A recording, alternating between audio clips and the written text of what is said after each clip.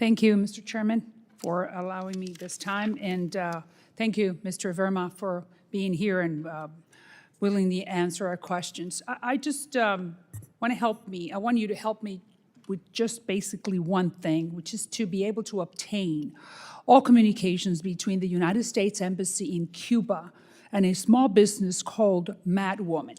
And I'm going to explain to you why. It occurs that the United States Embassy has hired this company called MadWoman that is supposedly in the hands of private sector in Cuba, something that is very difficult to believe, but that's the way they call themselves, the MIPYMES, small business Cubans owning their own small businesses. It occurs that the owner of this small business called MadWoman fires one of her employees called Alvaro Hernandez, just for the mere fact of writing in his own social media, "Down with the dictatorship." The owner was honored by the State Department. Your State Department is one of the top entrepreneurs of the hemisphere. She's invited to come to Washington. And as I said, she's doing business with the United States Embassy to do some type of marketing on the island. At the same time, this company, MadWoman, the offices are in a building which is owned by the Cuban regime and specifically the military conglomerate.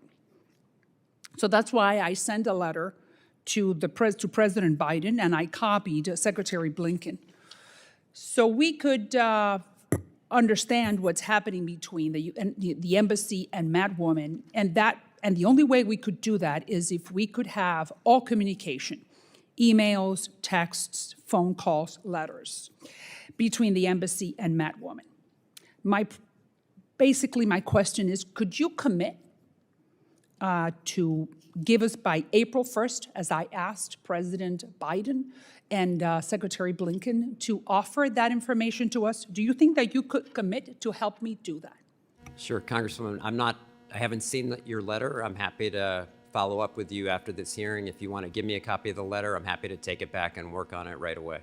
And you said that means that you would be willing to dedicate resources from the State Department and put some interest in providing to my office all types of communication. I am happy to dig into this on your behalf. I don't know anything about it. I'm sorry. No, I understand that you don't. That's why but you are third in command. You can definitely put some resources that are at your disposal to look more into this, because I sent the letter a few months ago, back in February, and I have not received any type of response. And it's important because I'm sure that you don't want anyone to be breaking the law. There is an embargo against Cuba. We do not want to be spending taxpayers' money on hiring companies that are close to the regime, right?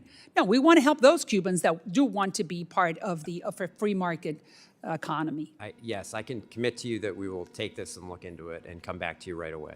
Thank you very much. I take your word for it. Okay. I yield back.